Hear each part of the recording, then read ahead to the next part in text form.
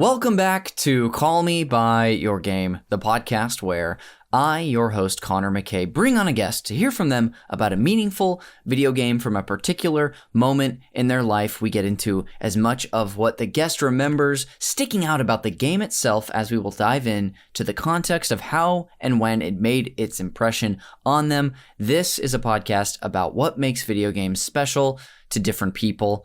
A little bit of housekeeping up top is that anything that my guest or I plugs on the show today, anything that we want you to know about, it's going to be obvious when we're doing that. There will be links in the show notes. So whether you're listening on your favorite podcast catcher or you're watching this on YouTube, if you scroll down or click a link to the episode notes or the show notes, you're going to be able to find links to this stuff quite easily, whether someone has an improv show coming up, a social media account that you might want to follow, or even our Patreon, if you want more bonus video game podcasts from the makers of this show. There's links in the show notes to that. But without further ado, I'll go ahead and introduce my guest for today's episode. So please welcome comedian, musician, and Michigan man, Greg Smith. Greg, welcome back to the show. Thank you so much for having me. The Detroit Pistons are down 3-2 right now, but goodness gracious, from last season to this season, it's been like going from the Nintendo to the Switch 2. It's been the wildest gulf of quality I've ever seen. Very excited for them. What a leap, and I hope I'm just so happy that we're already starting off with sports talk because it's something that you and I have done several times before on this episode. This is also A, go Pistons, B, you guys obviously got absolutely screwed in game 4 on the no foul call. Yeah, man. And 3, just Detroit sports in general between the Tigers, the Lions, the Pistons. It's a great time. It's a really great time, especially with the Lions. The Pistons have been, there was a really cool period in like the 80s and 90s, and then it was like, oh boy. And then in the mid 2000s, it was like, cool. And then it was like, oh boy. And now for it to be getting to a cool zone again is very cool. But even with all that, the Lions is like Sisyphean. How, are we allowed to cuss on this podcast? Hey, cuss away, pal. It's Sisyphean how dang fucked they've been as long as I've been alive. So for them to like get as close to the Super Bowl as they've gotten recently, it's a real thrilling, gratifying thing. I love it. I'm happy for you and all my Detroit sports fan friends. I know like when one of your teams is playing in the playoffs or even just has a big game, I think of a few of you out there, and all of your teams are so easy to root for. A lot of that comes with just the history that a lot of these teams have been through in recent memory, and the Lions for their entire history. But it's exciting, and I'll be rooting for you guys tomorrow. I assume Game 6 is tomorrow, Thursday. I think that's right, yeah. Okay. This giving us, the listener, if they're dialed into sports, an idea when we're recording this.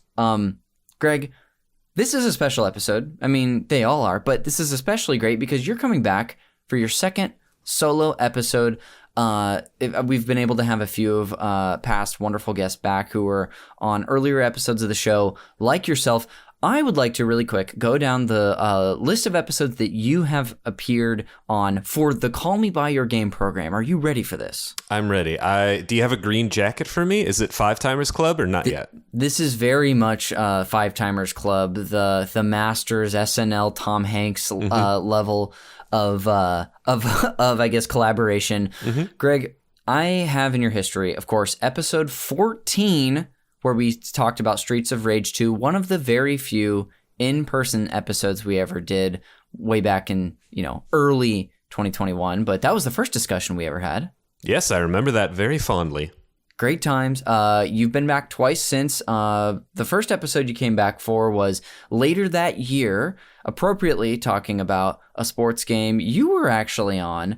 The second ever co-op edition of the show, the version that the listeners know, where I bring on a group of people to discuss a game as opposed to the one-on-one intimate interview like we're doing today, where we discuss Super Mega Baseball 3. I remember that with Ben, right? With Ben. Yeah. Like co-op episode 2, rather, which is just nuts. The listeners know that because those legacy episodes now release on the free feed once a month. So, I mean, we have I just recorded number 58. It's actually out on our Patreon now, so we have that just gives you an idea, and I think we're up to 20, episode 20 now, the co-op variety, which is on the main feed, so a lot to catch up to. Lastly, the most recent episode you were on was back in 2023 during the Call Me By Your Ball Game series, the final one I did, where we discussed on episode 181 The Bigs, which was a pitch from you, actually. Yes, it was for the Wii, I believe is what we discussed specifically. So because I remember fondly waggling my Wiimote and Joy. What was the nunchuck? The nunchuck. I got my switches confused. Hey, it happens. Couple baseball games, and then a very a sort of heavy fighter beat 'em up kind of thing. Yeah, it's I'm very mask leaning on my podcast appearances. Yeah, on this show, absolutely. We'll have to. Well, we can, of course, someday in the future when we have you back again, we'll balance that out with whatever the heck you want. Mm-hmm. Anyway.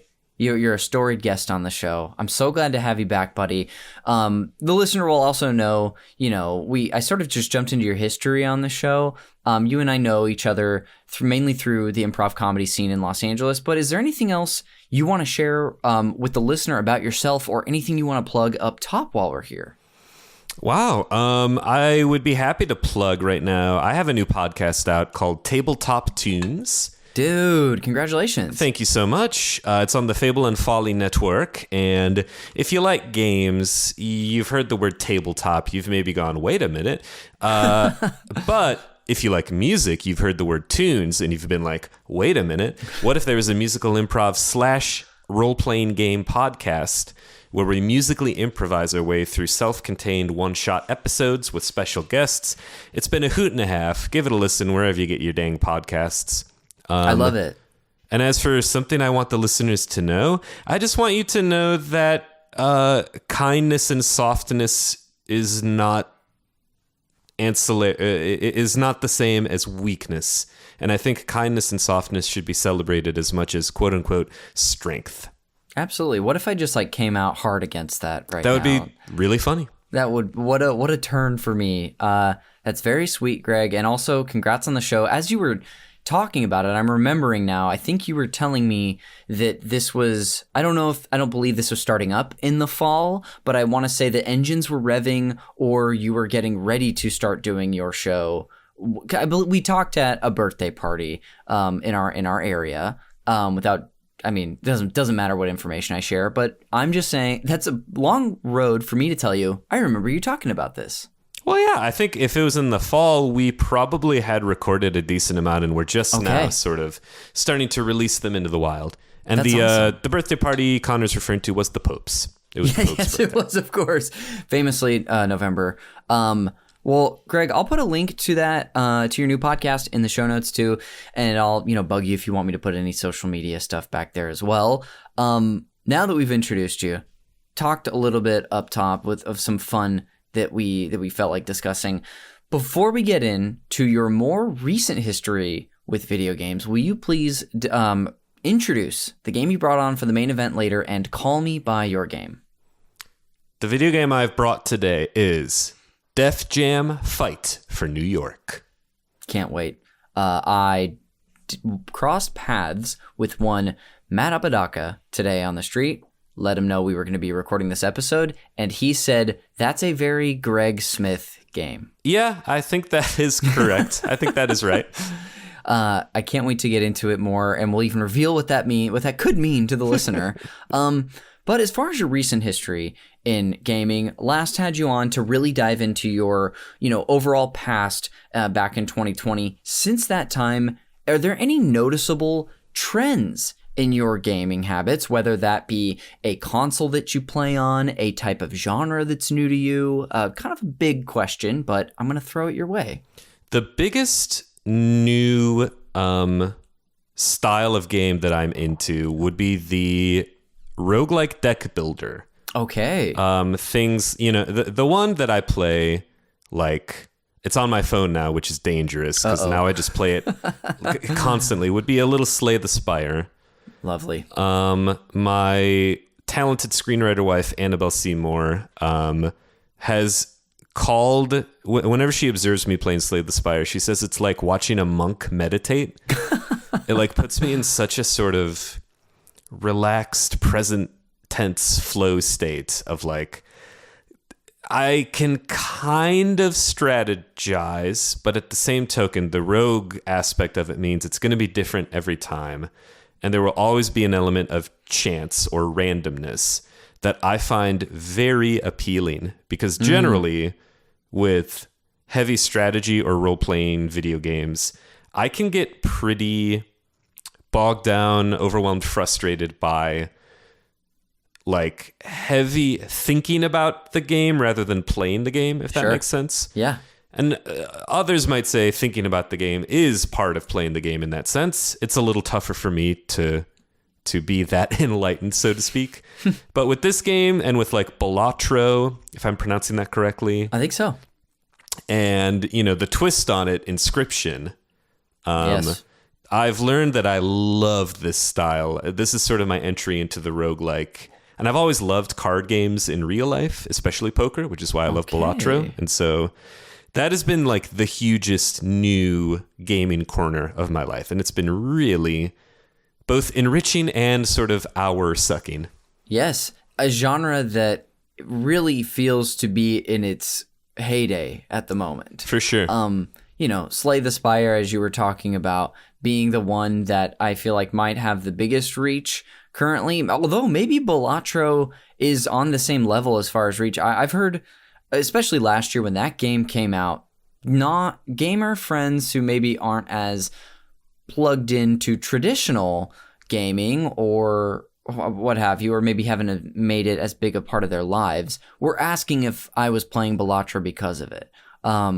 So it's been really fun to see, I think, the excitement around that genre specifically, but also just like how passionate all sorts of gamer have been about it, from the hardcore to the more casual. Balatro, as far as Balatro goes, is that made it onto your phone as well?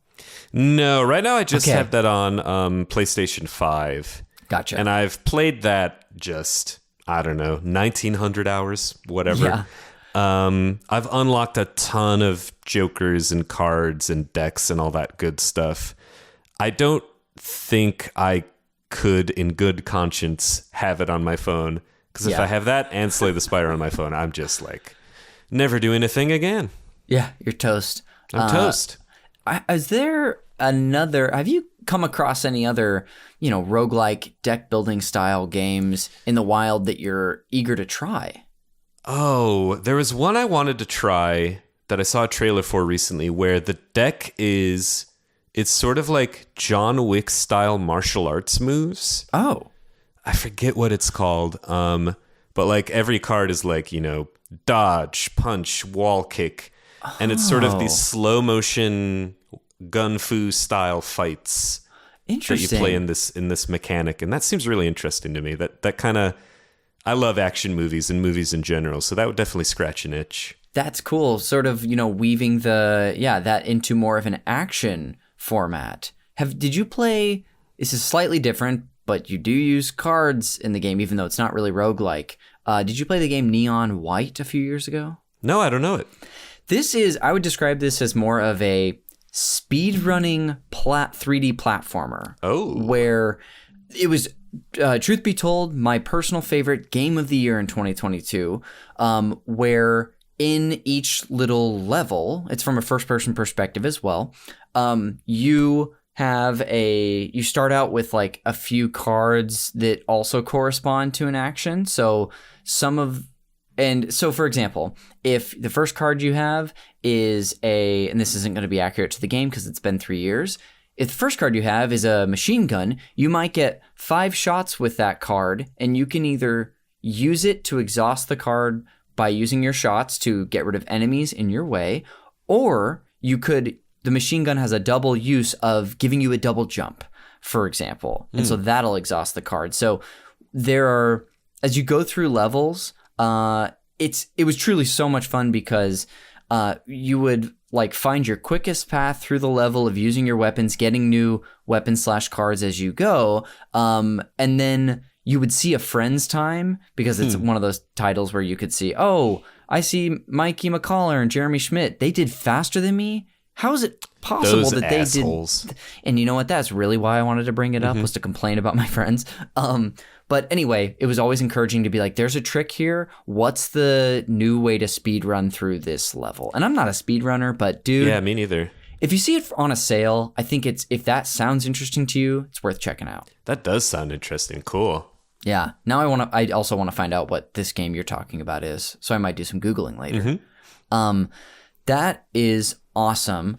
I guess one thing, do you find yourself in a more recent memory too? Do you still go back to old games, or are you mostly playing new titles in your life? I think I am mostly playing new titles that once... It's an interesting question. I think when it comes to narrative or like single player games, I pretty much don't revisit those. Sure. But I do find myself getting very happily stuck on more pure game repetition arcade style games. Okay. Like a Super Mega Baseball 3, Yes. Slay the Spire, a Mario Kart 8 Deluxe, what have you.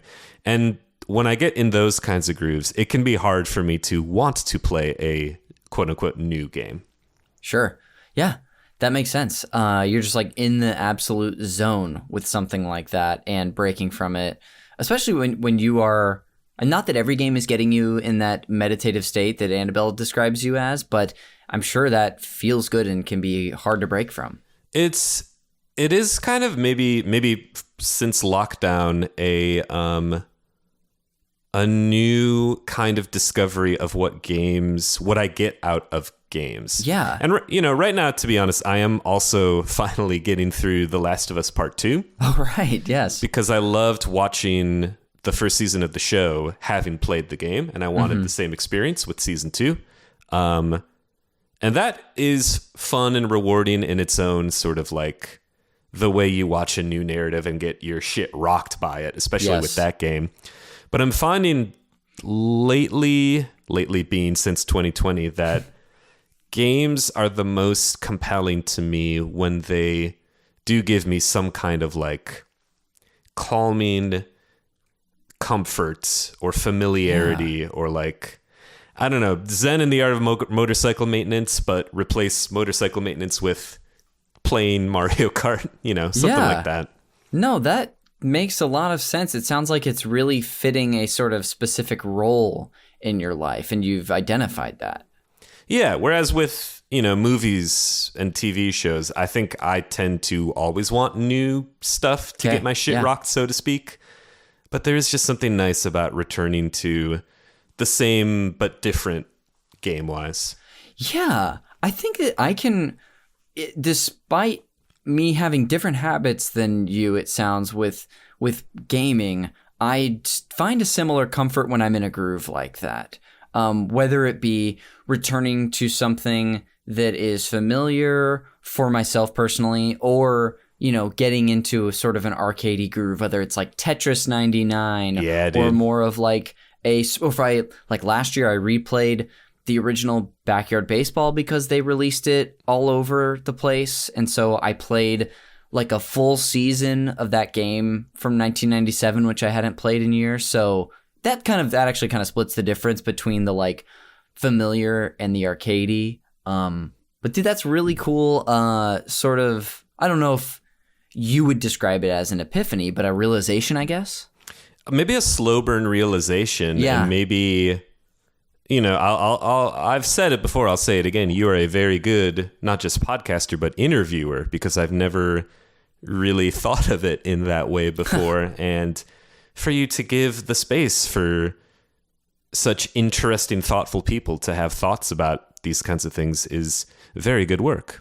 Oh, thank you very much, buddy. Well, I do get a lot of enjoyment out of it because, like so many things in our lives, whether it be, you're just talking about movies, there are so many little thoughts that we have consciously or subconsciously that we don't always get the opportunity to discuss with other people. Some of them we never need to. It's not necessary, but I think plenty of times as I am playing a game, whether it's details in a game or habits that I find that I'm doing in specific games, like maybe the way you play a Mario Kart or a baseball game, I just get so fascinated by those tendencies, whether they are something that I may have never, like something you might have just to yourself that I'll never experience, or a commonality. So thanks for saying that, and I get so much joy out of it, which is why I freaking like doing this show still all these episodes later. I mean, it's been 231 official mainline episodes since you were on, so hey, hopefully just keep getting better at this. Oh, well, I'm sure you will. You're already there as far as I'm concerned. Hey, that's all I really needed today is that the Greg Smith stamp of approval. There we go. Oh, gosh, the ASMR of that stamp. I even know. It kind of felt like one that you like kind of pull down, at least this, by the sound. Yeah, sort of like 20s Art Deco, like assembly line. Ka-chunk. Absolutely. Get back to it, boys. Yeah. That's incredible. I've got a few more gaming questions for you, Greg. I know you were talking about how a larger trend for you has been getting into roguelike deck builders. Has there been another game that has surprised you in the last few years that you really got sucked into, whether it be for one playthrough or something you've returned to a few times?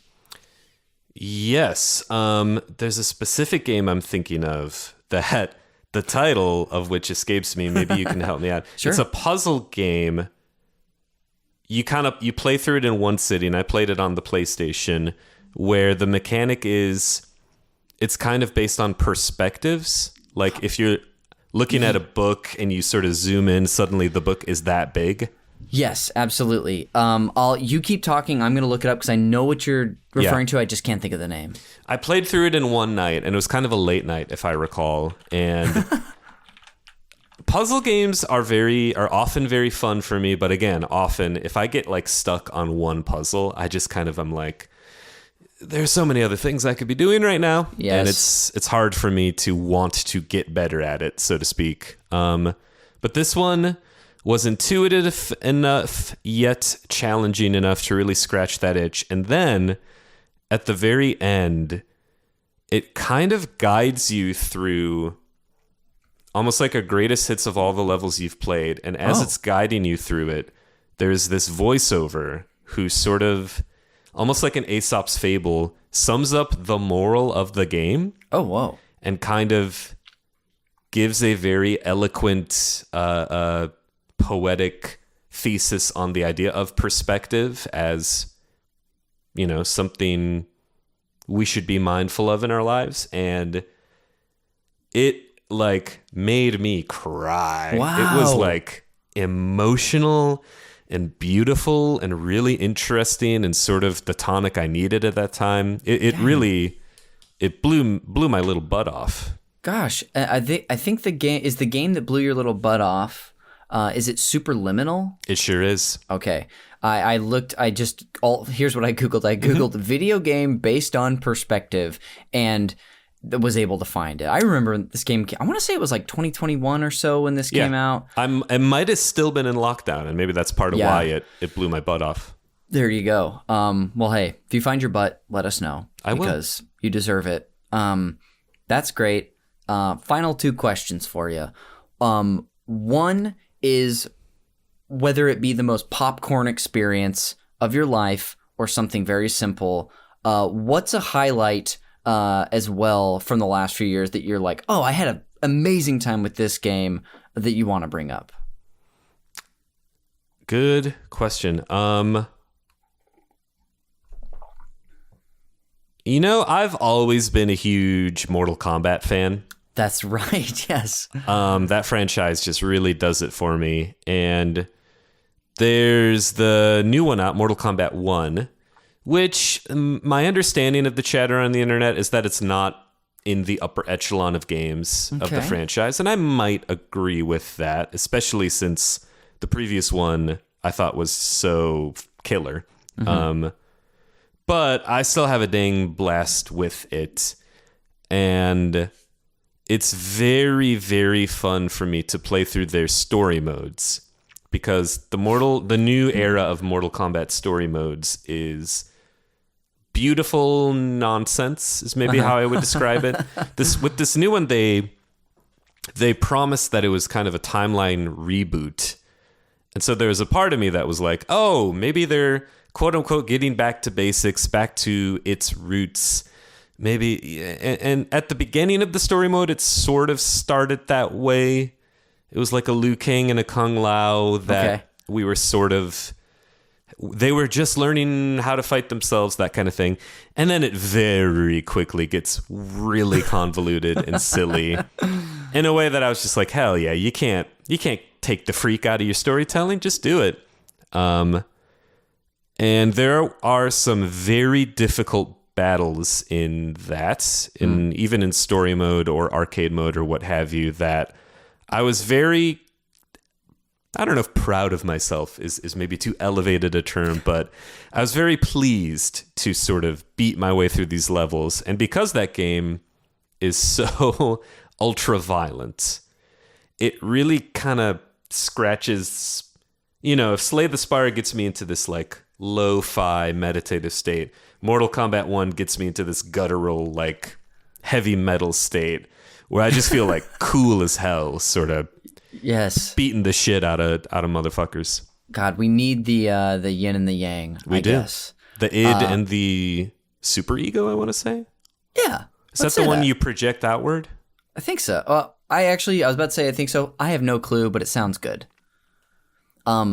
Lastly, Greg, before we move on, to the break, is there a game that is on the horizon that you really want to play, that whether that be a game that came out recently that you haven't had the chance to dive into, or one that is coming out in the near future that is whet your appetite a little bit? I'll say two quickly because there are two that come to mind. Cool. One, the new Indiana Jones game, The Great Circle. Is that what it's called? It is called The Great Circle. They pretty recently put that on PS5, if I'm not mistaken, and because it was Xbox and PC only first. Yeah, at least I think when it first came out in December up until 2 weeks ago. Yeah, so I'm very excited to dive into that. I love the idea of a sort of Naughty Dog style cinematic adventure game with indie. That sounds so fun. Dude, you let me know when you dive in and what you think. I played all the way through it. Ooh. Was a very big fan of that game. Surprised me in a lot of ways. Cool. And I won't spoil anything, but I would love to hear from you when you dive in. I can't wait. And then the other one is just sort of a gimme. I'm so in the pocket for Mario Kart games. Yeah. Nintendo Switch 2, Mario Kart World. I want to play it so bad it hurts. Yeah. Do you know what I mean? Like my bones radiate. Yeah. I'm a little baby skeptical about an open world flavor. Yes. But I'm very interested and willing to give it the benefit of a doubt. Yeah. Exciting. Dude, this may even be the first time this has been mentioned on the show, because we're still, I think we're still 5 weeks out from the console for the Switch 2 launching and the game coming out. But boy, I'm excited. We were texting about this the other day, and we sure were. Correct me if I'm wrong. We both struck out on the Switch 2. We both sure struck out. No pre-order here. Okay. And me unintentionally bringing it back to our baseball roots together. Full circle. Well, dude, first of all, it goes without saying that if I can get my hands on one of these things, and I know a few friends who already have secured pre-orders, we got to do a little something. We got to do a little something that day that thing comes out. Yeah, we do. I love it. Greg, thank you for brushing me up on a little more of your recent history of video games. That was so much fun. We're gonna go ahead and take a quick break, and when we come back, we'll finally get into all things Def Jam Fight for New York. So I'll see you on the other side.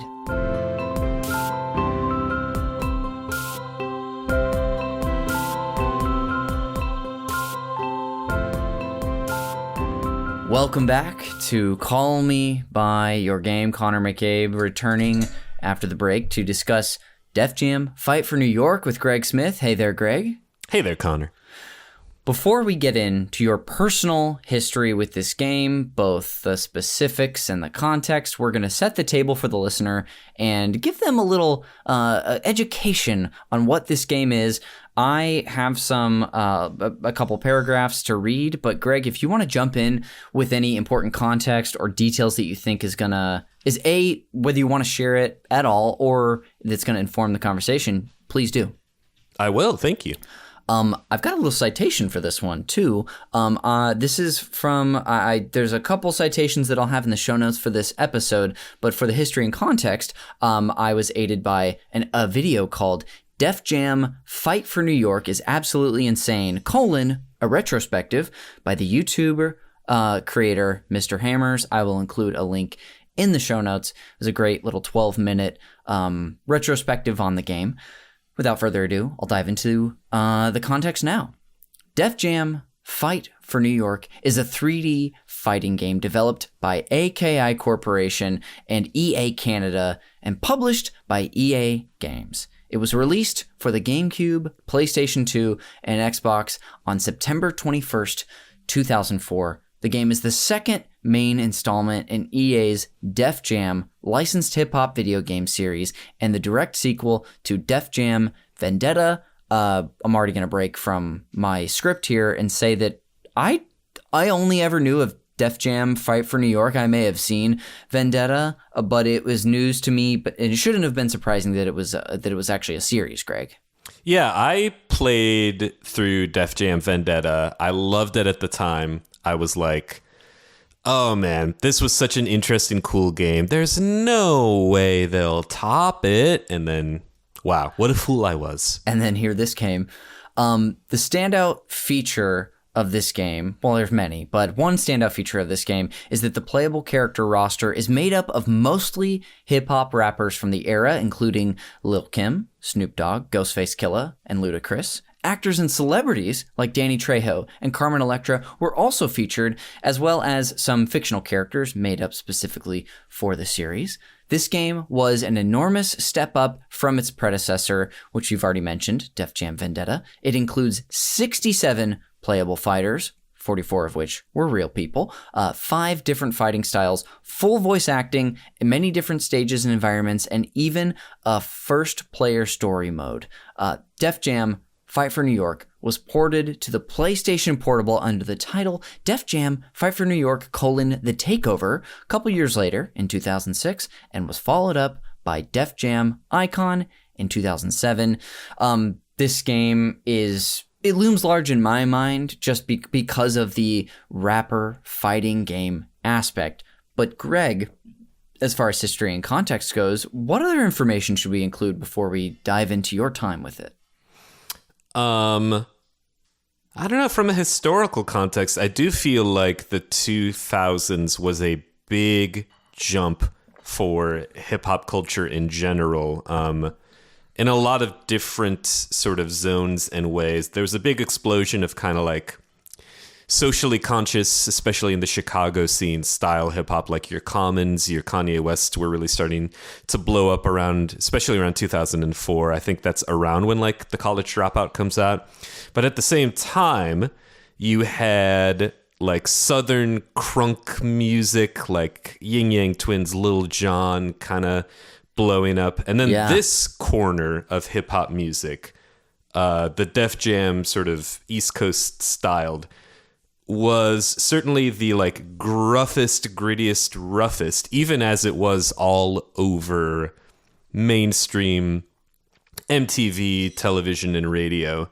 And it's interesting sociologically to think about the idea of hip hop music being so closely related to wrestling/fighting video games in general. Yeah. And as you dive further into this game, it's really a like 5-pronged weapon, a quadrant rather than a trident, if you will, of like culture mixed with capitalism, mixed with rawness mixed with tightness. It's a really complicated huge little thing they fit onto, in my case, a tiny little GameCube disc. Incredible. Yeah. No, you make a lot of really great points. It was the right time for something like this to flourish, it feels like. Like many people got into hip hop many different ways. I was kind of a classic case where the way I got into hip hop was sort of two-pronged, which was my best friend's older brothers listened to hip hop. And so my best friend would make me burned mix CDs with whether it be like all Wu-Tang Clan or just a mix of a bunch of different, musicians I had never heard of before. Or it was me hearing, rap songs on the video games I was playing, truly of this era. Like, I remember getting introduced to, I talked about this kind of recently on a co-op episode, but because of Tony Hawk's Pro Skater 3, that's how I got into Del the Funky Homo Sapien. Yeah. And who remains one of my favorites. So yeah, there's so many ways that I guess that the era facilitated the ground for this to be as big a deal as it was. Are there any little game details outside of what you might be prepared to share today that you want to include? Like maybe, I don't know, is there a detail that we don't have in our write-up here that you're like, oh, this game also had this feature? Well, it's one really kind of cool thing about it. I called it a wrestling game before I called it a fighting game. I know most people might call it a fighting game. You mentioned that it was developed by AKI. AKI/THQ also made a potential future Call Me By Your Game subject, one of my favorite games of all time, WCW NWO Revenge for the Nintendo 64. And the control system, to me, feels more wrestling game indebted than it does like a Street Fighter or what have you. Grappling is really big. Throwing people into the ropes, which in this game is crowds of people that fuck with you. There are lots of different fighting styles, as you mentioned. The one I remember doing is when I first played it was martial arts. Cool. But all of it kind of feels in this very well-tested, well-oiled machine of the wrestling game control scheme. And that was how Vendetta was too. And I really think that is a neat, tasteful way to construct this game, and then to put a lot of, in ways good and bad, sort of tasteless things atop that very tasteful scheme. Yeah. Great though. Thank you, Greg, for adding a little more substance to that for us. Let's get into your time with this game. You mentioned that you had played Def Jam Vendetta. Is it fair to assume that was sort of your avenue into this game, or did you come across it a different way? No, I think I played through Vendetta. I loved it. I was already pretty all the way in on being a hip-hop head at that time. But even from Vendetta to Fight for New York, I even got further enmeshed into the culture and appreciating it. But then, when I heard a sequel was coming out, it was a true, counting down the days. I think I probably got it the day it came out, went to Best Buy. Yeah. That's awesome. Okay, so you've got this game, you're playing it. Looking back on your past, maybe some of if we can remember that far back to your earlier days with the title, what stood out to you about it? What grabbed you? The single-player story mode is really, really fun and really weirdly deep. And, for the purpose of this podcast, I played a PlayStation 2 emulated version of it a little bit. Nice. And I was, to this day, shocked by the smoothness of the graphics and the animation, the quality of the voice acting, the performances of the likenesses and faces. And it kind of plays with a lot of crime thriller and hood thriller movie tropes, which are both sort of subgenres I really like. And it plays those past a 10, it's really exaggerated and kind of weirdly idiosyncratic and easy to get sucked into. There's weird flourishes, as you mentioned, there's a ton of real hip-hop figures in the game. Most of them, I think, are playing themselves. Like, you can play as Ludacris, David Banner, Redman, but a good amount of them they look like them, and they are playing characters within the narrative. So you don't play as Snoop Dogg, you play Snoop Dogg as Crow. Yes. Method Man is Blaze. Omar Epps, the actor, is, of course, OE. And it's such a weird... it's trying to be this immersive movie, but it's also trying to have its sort of metatextual cake, too, with so many of these rappers. And the main draw of the game being all of these rappers, as you know and love them, fighting each other. It's just like they kind of let the developers or the scripters or whoever kind of run buck wild. Yeah. And I really appreciate them for going as gonzo as they did. Yeah. I got a little bit of a sense of some of what you were sharing just by doing research for this episode. And I want to echo as well your, I guess, a recent experience of being impressed by this game from 2004, how it held up, in many different ways, gameplay, visuals, acting, animation, you name it, was so nuts. It kind of feels like sometimes when I think back to games of the era, it can feel like those memes where it's like, this is what you think gaming was like 20 years ago. And it shows like an SNE, it shows like Link to the Past. Yeah. This is what games really were like. And it shows Twilight Princess and you're like, whoa, they were already amazing. But it truly was from an era of video games where it felt like things had taken such a leap with 3D animation that it was part of the big excitement for me at the time. So, I got us a little off track here. My apologies. I totally, I'm glad to hear that it felt that way engaging with the game itself. But B, it just, it seems like there's so much love and care for this title, both from like the technical standpoint and also from it feels like so many games from this era, and it's probably a bias that I'm bringing in here. Feels like many games, looking back at ones that are still special, can feel like, wow, they really went above and beyond in ways they didn't even need to. Is that something that you related to looking back at the game, both playing and just reminiscing, I guess? Well, absolutely, especially when you brought up the next title in the franchise, and I think the last one still, Def Jam Icon. I cannot stress how bad that game is. It is awful. I remember buying it, I think it came out for PS3, and I played it one night, and I was like, I have to get this out of my home. This is a smack. And that game felt undercooked, underdeveloped, a bit of a quote-unquote soulless cash grab.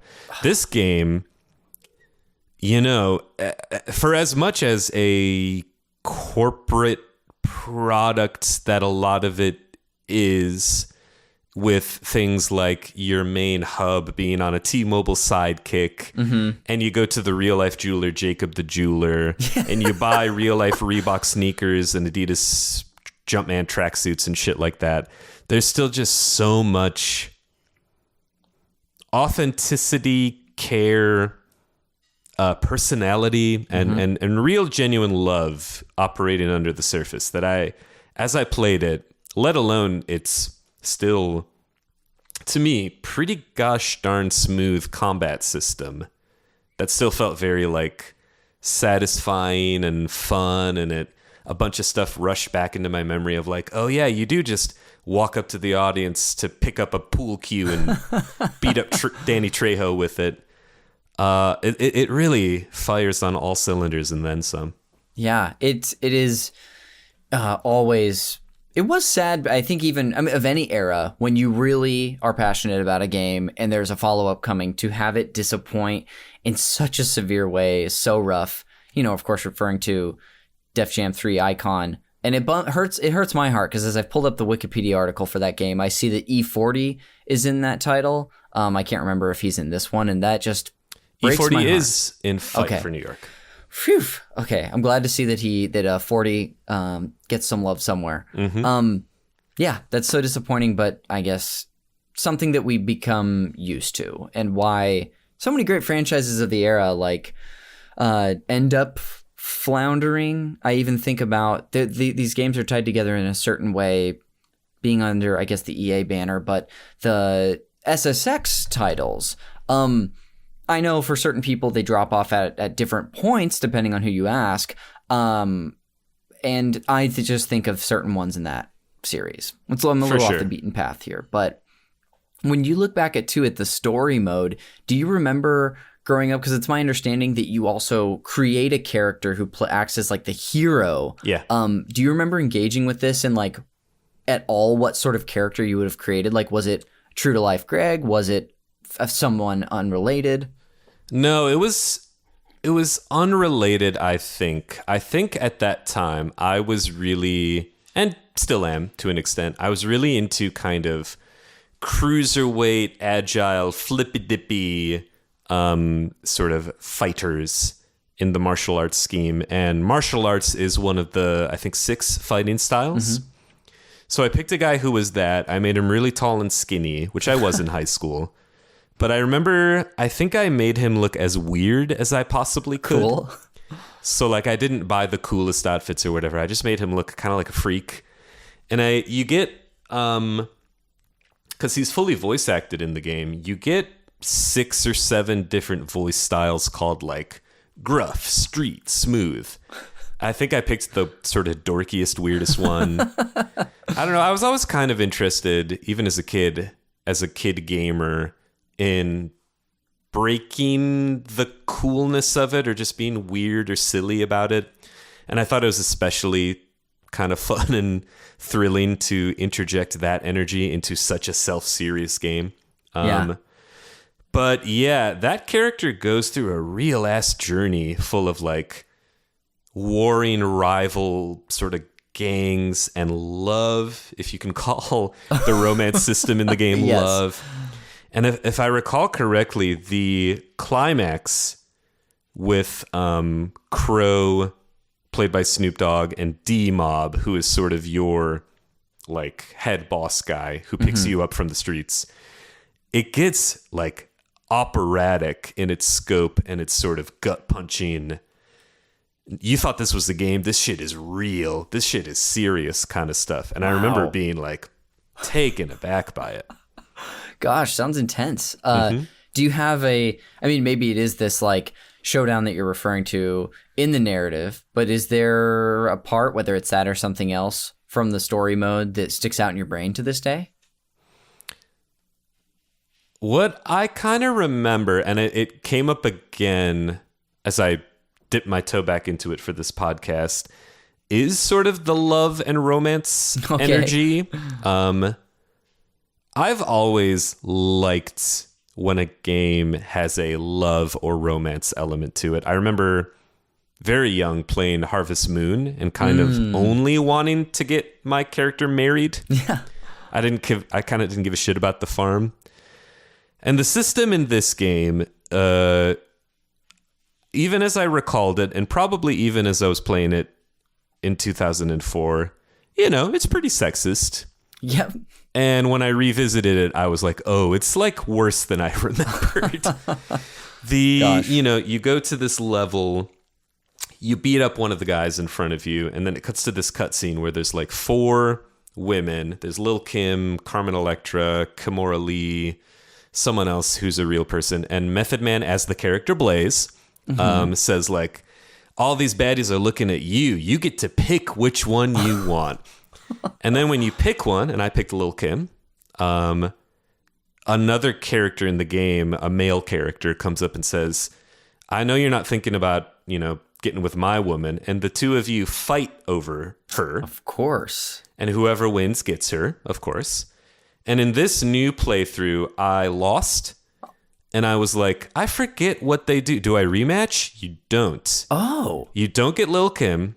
And instead, a woman that the game goes out of its way to codify or signify as ugly comes in and says, let me take you home. And Method Man as Blaze goes, damn, you're going home with that busted at, and it's like, cringe. Dang. It's bad. It's rough. Yeah. And it's weird to reckon through all of this and to sift through so much of this stuff that I just love so deeply and dearly, and that has, as Matt Apodaca said to this day, it's a me thing. Yeah. Just suffused with such toxic, nasty kind of punches. Yeah.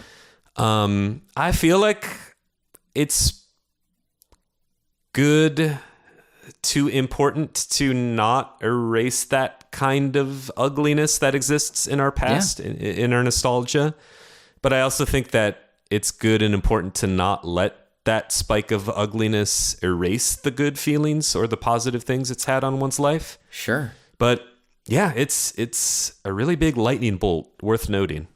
No, yeah, big time. It can, I mean, I feel like this comes up a lot more maybe with like movies and music or TV shows looking back.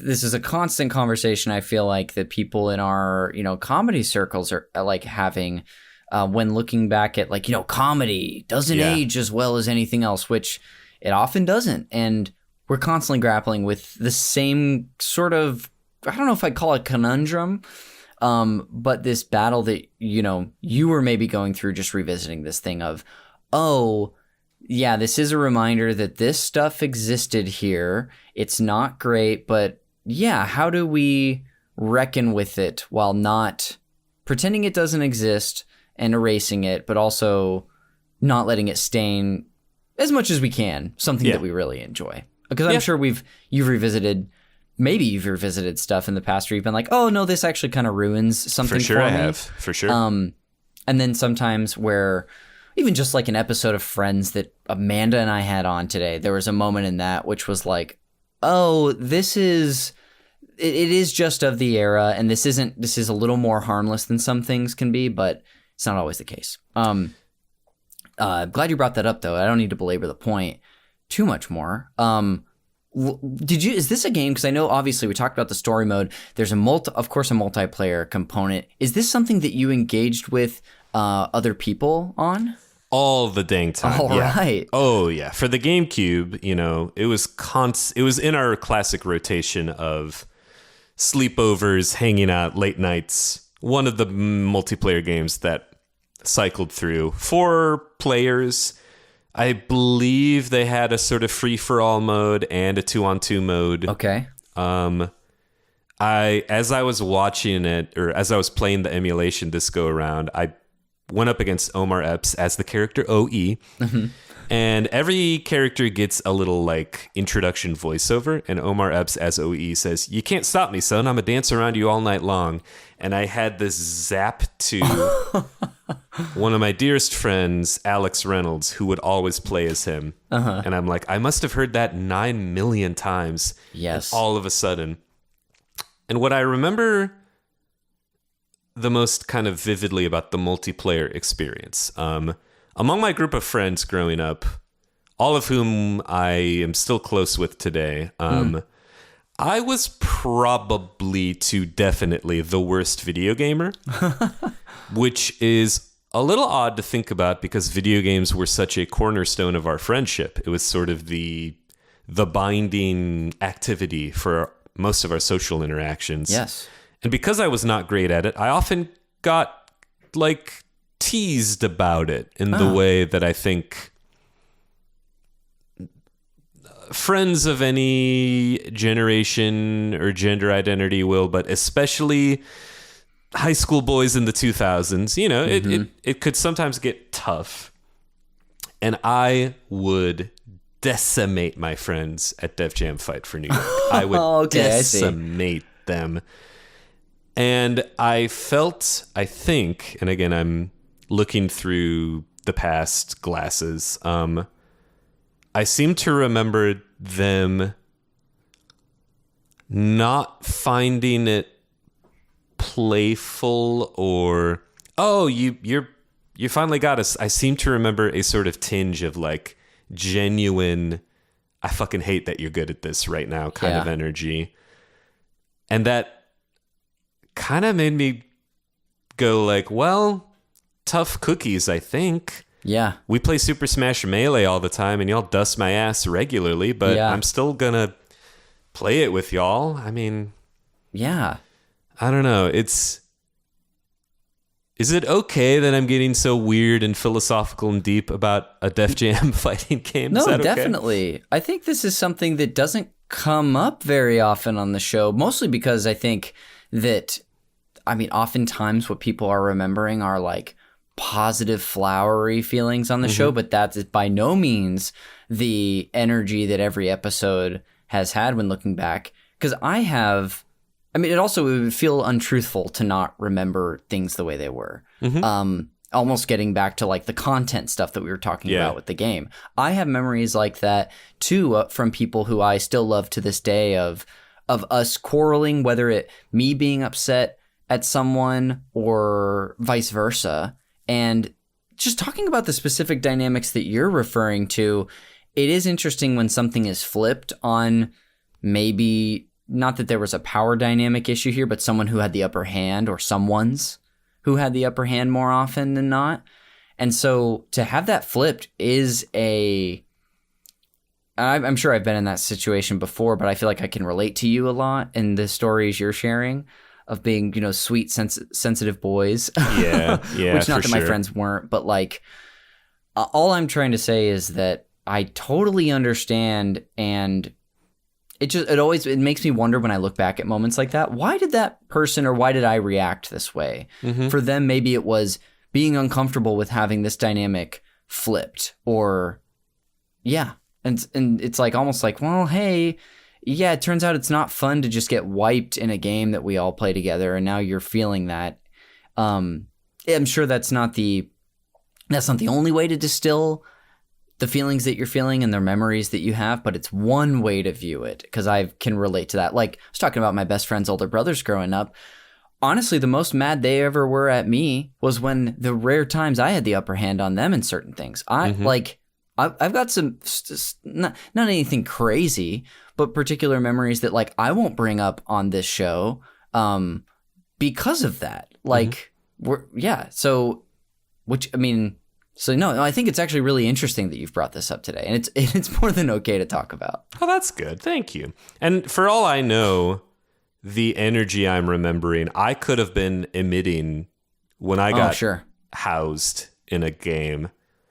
And just to really give it its day in court, I also have a ton of super duper positive memories playing this game with my homies.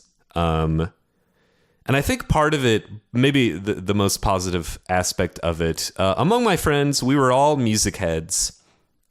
A lot of my friends to this day have like what I would describe as way cooler taste in music than me. Wow, that's saying something. Well, I'm just like a huge pop music head, and I love knowing what's going on in quote unquote mainstream culture and on the radio. And I think there's a lot of value and great shit there. My friends have always been sort of indie, weird, cool, and I got into that around the same time as them, but I always had more of a toe in the mainstream hip-hop pop world. And I remember it being pretty fun and cool to like show them this very distilled, hyperactive version of this thing I loved so much, and to see their reactions to it and see them get into it. That's a very fond memory. I love that. That's great. When you think back to getting into a little bit more context about the game, or like from your life, since we've already dipped our toes in, which is great. Can you do a little scene painting for me on maybe if like would you host your friends ever? Yeah. To play this, can you scene paint the room where the TV would have been set up that the console was on? Yeah, the scene painting would be suburban Detroit, Michigan. We would be in our basement, which it was always really cold in the basement. Mm-hmm. And depending on whether it was summer, that was really nice. And if it was winter, it was, I don't know how I bore it. We had a pretty big, but like really fat CRT 4x3 TV. And the GameCube just sort of like lied on the tile floor. Just sort of messy, not quite organized. We had one couch near the back of the room, one sort of tan, easy chair to the right. And then if there were not enough chairs for people, we would bring in just like metal folding chairs. Okay. So it was sort of it was one of the main hangout spaces, but looking back on it, it probably wasn't the most comfortable hangout space. And yet it's where I learned to love so many things I love, and it's where I had so many fond friendship building memories. This is so familiar. I'm almost sure you brought this up on your Streets of Rage 2 episode, and maybe even Bigs, the Bigs. Yeah. Was this a type of basement too in the Midwest where, like, obviously it's underground, but were there little window slats that you could see out? In fact, there were. That's great. Yeah. I just remember, like, as I didn't have a basement growing up, but my family who lived in the St. Louis area, their different basements had stuff like that. But for some reason in California, my friends with basements didn't. It was like, no, you're underground. Yeah, they mostly don't out here, it would seem. Yeah. I don't know why. I'm sure some architecture expert could tell us, but I love that. When it comes to, we got into some like of your friendship dynamics with playing this game. Are there other details from your life that you remember from this era that you want to get into? Whether it's, a broad general thing you were experiencing, or like specific memories that you have? Well, 2004 for me is 14. So 14 to 15 is sort of prime time. So that's probably an era of really kind of in the egotistical way teenagers are. That was a big time of like discovering new to me cultural things and just like, I'm the smartest person and coolest person for liking and doing this. I remember around that time, I had hair down to my shoulder. Dude. I was able to grow a beard around then still. I would wear like sweaters and blazers and collared shirts and sort of like, Kanye West, socially conscious backpack kind of stuff was very fashionably.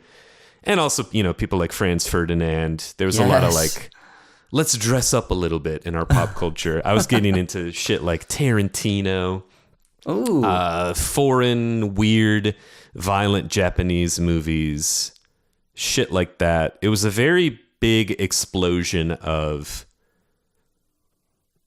both counterculture or transgressive pop culture, but also keeping abreast of whatever was going on normally, quote unquote, too, and really feeling like I had finally found a thing for which to glom onto and identify with.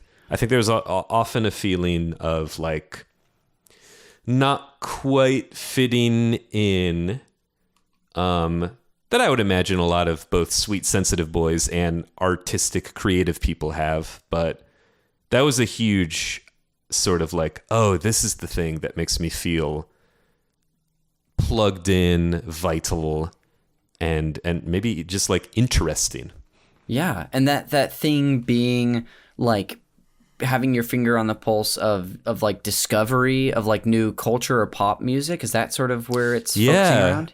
Yeah. Just like the breadth and love of culture, I guess. Yeah, that's great. That's really cool. I mean, you and I, we're very friendly, but I wouldn't say I know you incredibly well, but I do know you well enough to know that you like to discover and sink into something, and that like whether it be me seeing you post about all of the Blu-rays that you have and like going through like a Rolodex and being like, wow, you've really gone deep. You can go deep on a subject if you are interested and passionate about it. That is true. Yeah. Was this sort of like, I mean, maybe this is, you already led us here, but this was like one of the first times you really had a big wave of that? It was Yeah, probably. Yeah, Yeah. probably. Especially when it comes to hip hop. And, you know, this game gives you a glut of, here's like all the rappers. Yeah. And so, you know, some of them I already knew for sure. But like, you know, people like Method Man and Redman or Ghostface or David Banner or E40, let's say. Yeah. Who I was like, I kind of know these names. What are they about? That was a huge North Star of things to check out and experience. And then, you know, even with the non-rappers in the game, Omar Epps, you know, stars in movies like Juice, which are a huge part of hip-hop culture, and discovering those kinds of movies were huge door openers as well. That's great. Now, before we actually close out this main subject of the show, I did want to open something up real quick and ask, are there any details or is there a detail from the game itself or your life in this era that you haven't gotten to share yet today? And it could be something really small or big from either. I'll share just replaying it for this podcast. Yeah. I love grappling. I think grappling is so cool. Greg Grapple Smith. I mean, they call you that. Greg Grapple Smith. Everybody calls me that. We finally know why. And in this game, the grappleness of it all is so deep. You can do a regular ass grapple, and then there's a punch button and a kick button, and then there's all 4 control stick, and all of those combinations do a different thing. Okay. You can also do a heavy grapple, where on the PlayStation you press L1 and X, and then those give you even bigger, wilder, stronger attacks with all of those combinations. Wow. You can grapple people and throw them into environmental things, like you can smash someone's head into a jukebox, stuff like that. You can grapple people and throw them into the audience, and if an audience member is holding a weapon, they will just smash your competitor for you.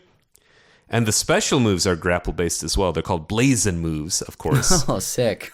And when you go blazing, you grapple them, and then you just flick the left control stick, and you can bind 4 different special moves to pull off. And there's sort of these big, bombastic, over-the-top, flippy-dippy, 9 suplexes in a row kind of stuff. And that's just grappling. That's not getting into the different kinds of punches and kicks and weapons and stuff like that. And that is just so... It's so crunchy. It's so rich.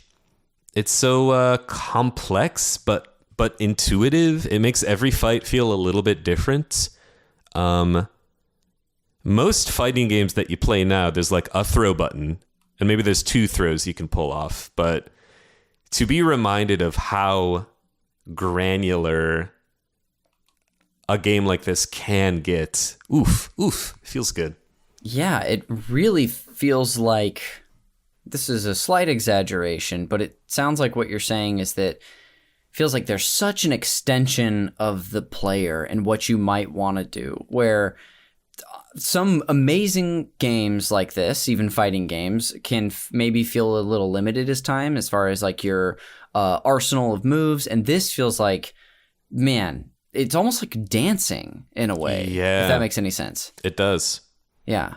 That's an incredible detail. Well, Greg, we do have a couple of fun post-show segments that I've got ready for you. But before we do, will you do me a favor and just put a bow on whatever place Def Jam Fight for New York holds for you? Def Jam Fight for New York is sincerely one of the most important games for me, not just as a game. I think it is also a door kicker opener of all kinds of aspects of culture and art that I love. And it puts it all together in this very accessible, very carefully, immaculately produced, yet still spiky, human, idiosyncratic package. There's stuff in it that is not good. And there's stuff in it that is great. And there's stuff in it that is just like kind of weird. And I don't know. It's a game that kind of doesn't really put a bow on itself. Even in its resolution, it just kind of blows everything the fuck up. And if I'm a person who loves discovering things, this game is like nothing but discovery after discovery after discovery. And I don't know if they will ever make another Def Jam game. I think there is a ton of licensing, likeness kind of shit that feels like a legal minefield. I also don't think today's current cool up and coming hip hop artists would be interested in a game where they fight each other, frankly. Mm-hmm. That doesn't seem like the vibe or voice of a lot of rappers these days. So it's a really powerful snapshot that I still feel the reverberations of. Incredible. Well, dude, thank you for wrapping that up for us, and thank you for bringing this game on to discuss today. I was glad to talk about something that I know little about, so thanks, buddy. Oh, man. Thank you so much for having me. You betcha. To close things out, I do have our two post-show segments, as I always do. The first of which is the Fact Me by Your Game segment, where I'm just going to share one fun little tidbit from this game with you, Greg, for bringing this game on. I have the citation that I have for this fun fact is from GameSpot's New York Designer Diary featuring EA Canada producer Josh Holmes. This came out 5 days before the game released on GameSpot.com on September 16th, 2004. I think probably drumming up excitement for the game. And it's not an interview, but it's as I said, a diary. I'll put a link to this in the show notes if anyone would like to read. It's not too long, so there's a little more details you can dive in. And the one fun fact I have, I'm calling Get the Crowd Involved. Greg, you had brought up that like the exterior ring of this fighting wrestling game differs from a normal fighting game, which is sort of like, the edge of a ring or an environment, in that there's a crowd who is another whole element in the fights. Very true, very true. You had just brought up on how, like, if a crowd member has a weapon, you can sort of throw your enemy into them and they'll get struck by it. You can even take a weapon from the crowd and use it. They can hold someone for you so you can do moves on them. And I'll just share a little bit of a excerpt that I took from this, which is this is my words from the interview. But during the development of Def Jam Fight for New York, the team wanted fights to differ from that of a typical fighting game, and that they didn't want the environments to feel like they were in a vacuum. Josh Holmes, producer at EA Canada and the author of this diary, wanted stages to not only feel full of life, but to embrace the human and crowd element of a fight. Because of this, the team had a crowd present at nearly on top of the combatants for almost all fights in the game, which acts as I've already said, an active element in the fight. So not just a wall that you bump up against. They act as another factor, just like a weapon or environmental hazard that the player can employ to take down their enemy. So, you had kind of also talked about the sort of interactables in the environment, like a jukebox or a wall that you can use. Having an environment with elements like that wasn't necessarily new, but I don't know if a game had done something like this before. Yeah, it's possible, I guess. I'm even I think in Def Jam Vendetta, you're literally in a wrestling ring. Yes. Just separate from the crowds.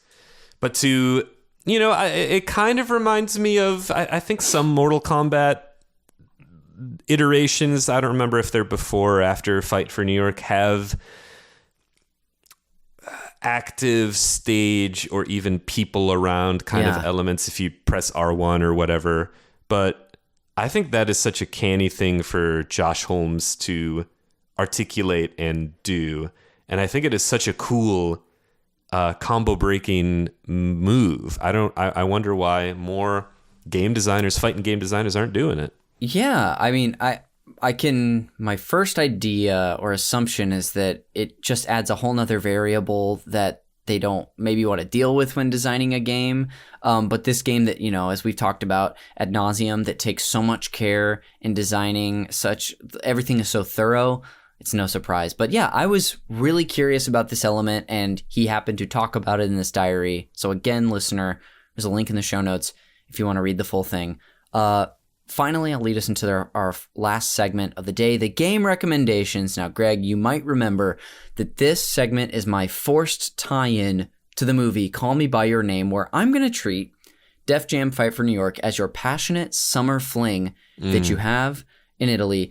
And in order to help you get over the heartbreak of that fling not working out, I've got 3 potential new date options for you that all have a little something in common with Def Jam Fight for New York. So if you are feeling ready to get back out there, I'd love to show you your options. Wow. The heart is ready.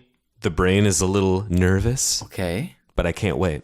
I love it. And to be clear, this is so different from the part in Def Jam Fight for New York where you're just choosing a woman. I'll make a distinction there. So let me tell you your 3 recommendations today. The first of which is that if what you took away from this game is you loved this fighting game had such a unique setting, I guess the rap world, the fictionalized rap world, as we'll call it. And if you want another one like that, and Greg, you got your eyes set on school, I'll recommend a game called Rival Schools United by Fate. Do you know this PlayStation 1 fighting game? I sure don't. This is, it's an older one, but this is one I've heard about for a while because I know there's at least one character that is like a baseball player fighting. In fact, one that you might even say, I guess the character's name is Akira, where different people at this school have different specialties. And so that's your first recommendation. That sounds fun. It always looks really cool, and I'm always tempted to try it out. Is if what you took away from this is that this fighting wrestling game was that you love sports games, which I know you do, of the era, full of features and celebrities. Greg, I'll recommend a pretty easy one, Tony Hawk's Underground. Oh, I love Thug. I love those games. Hell yeah. Yeah. Pretty easy one, and hey, you can even, I think at the end of the game, this is a obvious spoiler, the player character in the story mode either punches Eric Sparrow, his friend turned rival, so there's a little fight element. I remember similarly to Fight for New York that the story mode in that gets weirdly dark and operatic. Big time. Yeah. Yes. Oh, I love that game. Ooh. It's so good. So that's your second one. And the last one is if, Greg, you got into this game because you just want to rap, and that's all you really care about. You don't need the fighting. You want to rap. I'll recommend a game called Get On Da Mike, which is a video game from the PlayStation 2 published by Eidos and co-developed by another Canadian studio, A2M and Highway 1 Productions. And this is a game based on karaoke singing in which a player sings a popular song while the game plays with the vocals. The games are able to detect the pitch of the singer's voice and award points based on how well the singer matches pitches they are supposed to be singing. Very similar to how I would assume that Rock Band uses the microphone. This is a game that came out on PlayStation 2 in North America, Europe, and Australia. Fair to assume you've never heard of Get On Da Mike? I looked it up, and when I saw the cover, I was like, oh, I've absolutely seen this cover before. I've never played the game, though. This is what happens when you Google video games with a rap element. You Get On Da Mike comes up several times. To recap your recommendations, we have Rival Schools United by Fate, Tony Hawk's Underground, and Get On Da Mike. That'll do it for the recommendations, and that'll bring us to the end of the podcast. So before we go and plug some stuff on our way out, once again, Greg, thanks for coming back, buddy. This was so much fun chatting with you today. Thank you so much for having me. And I'll just reiterate what a kind and thorough and welcoming and great podcaster and interviewer you are. Thank you so much. If everyone listening can unsubscribe, stop supporting Connor McCabe, that would be great. Hey, you know what? Fair. Will it surprise you to know you're not the first guest to pitch that to the listener? Yeah, who knew? Greg, I know you plugged your podcast up top, and I can't remember if you plugged something else, but what do you want to plug on your way out? What links can I put in the show notes for the listener to find? Sure. Give a listen to Tabletop Tunes, musical improv RPG podcast with myself, Gabe Greenspan, Mary Lou, and Sean Mayer. I personally play piano, improvise songs, and sometimes Dungeon Master all at the same time. It's weird. Come listen to see if I get away with it. And you can follow me on social media on Instagram and Blue Sky at Smith L. Greg. Hell yeah. Well, thank you, buddy. I'll go ahead and just close this out with some plugs of my own. The cover art for Call Me By Your Game is done by Glenn J. You can find a link to his Instagram in the show notes. This show is produced, edited, and the original music that you hear throughout is done by Jeremy Schmidt. If you want to thank him for the hard work he puts into this podcast, you can go and listen to his Video Games, a Comedy Show, wherever you get your podcasts. It's more of a roundtable style comedy focused show compared to this one. You can also follow this podcast all over social media on Instagram, Blue Sky, and on YouTube. If you're not subscribed to our YouTube channel, where you could have watched this whole episode in video format and see just how handsome the two of us are, wow, go ahead and find us on YouTube. If you search Call Me By Your Game, we're going to come up. Give us a subscription there, even if you don't plan on watching. We're really close to 100 subscribers. That would mean a lot. You can follow us on all those places. You can follow me on social media as well, on Blue Sky and Instagram, and on Twitch. You can follow the network that we are a part of, Super NPC Radio, all over social medias as well, all over those platforms that I've already mentioned. And lastly, is that if you like the conversations that I have with people about video games and you just can't get enough of that, there's two places I'll direct you. A, go check out the Super NPC Games Club, a free podcast feed wherever you get your shows, where we go through a game on our network in a book club style format, chapter by chapter.